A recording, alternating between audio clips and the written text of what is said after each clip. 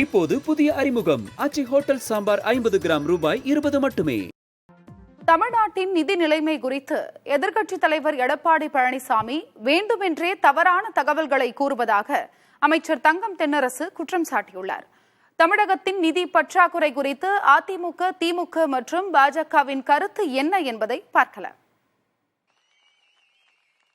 அதிமுக ஆட்சி காலத்தை விட அதிகமான கடன்கள் திமுக ஆட்சியில் வாங்கப்பட்டுள்ளதாகவும் அப்படியும் கூட எந்த திட்டத்தையும் முழுமையாக நிறைவேற்றவில்லை எனவும் எதிர்க்கட்சித் தலைவர் எடப்பாடி பழனிசாமி குற்றச்சாட்டை முன்வைத்திருக்கிறார்.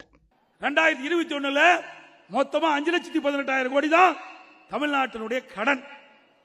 இவர்கள் ஆட்சிக்கு திமுக ஆட்சிக்கு இந்த 4 ஆண்டுல 3,53,000 கோடி கடன் வாங்கியிருக்கிறீங்க. 3,53,000 கோடி கடன் வாங்கிட்டீங்க.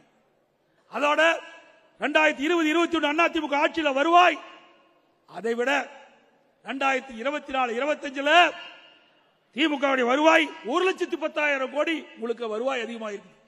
வருவாய் அதிகம் 1,10,000 கோடி, கடன் 3,53,000 கோடி, மொத்தம் 4,64,000 கோடி. என்ன செஞ்ச?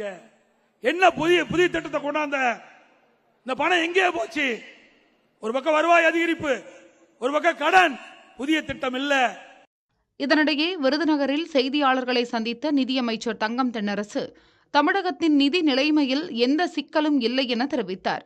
மேலும் எதிர்க்கட்சித் தலைவர் எடப்பாடி பழனிசாமி தவறான தகவல்களை அளித்து வருவதாகவும் குற்றம் சாட்டினார். கடன் வாங்கக்கூடிய அந்த காலகட்டத்தில் வாங்கக்கூடிய கடனை எப்படி திருப்பி செலுத்த வேண்டும் என்பதும் வரம்புக்குள் நாம் கடன் வாங்கி இருக்கிறோமா என்பதுதான் மிகப்பெரிய முக்கியம். தமிழ்நாட்டினுடைய நிதி நிலைமை என்பது கட்டுக்குள் இருக்கிறது. அவரே ஒரு இடத்துல எங்களை பாராட்டி சொல்லியிருக்கிறாரு, நீங்க 1,10,000 கோடி அதிகமா இந்த முறை வரி வசூல் பண்ணிருக்கீங்கன்னு சொல்றாரு. அப்படின்னா அது என்ன காமிக்குது? நம்முடைய திறமையான நிதி மேலாண்மையை தமிழ்நாடு அரசு முன்னெடுத்திருக்கக்கூடிய நல்ல ஒரு இனிஷியேட்டிவ்ஸ். மத்திய அரசு தமிழகத்திற்கு போதுமான நிதியை ஒதுக்கவில்லை என்ற குற்றச்சாட்டை அமைச்சர் தங்கம் தென்னரசு முன்வைத்தார்.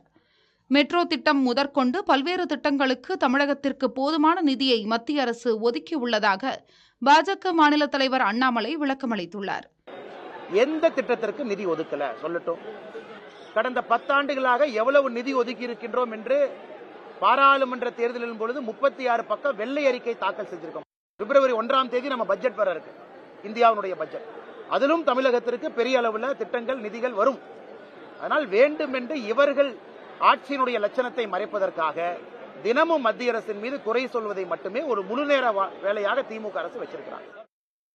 தமிழகம் உள்ளிட்ட எதிர்க்கட்சிகள் ஆளும் மாநிலங்கள் நிதி பங்கீடு குறித்து அதிருப்தி தெரிவித்து வரும் நிலையில் இந்த பிரச்சினைக்கு நிரந்தர தீர்வு கிடைக்குமா என்ற கேள்வி எழுந்துள்ளது.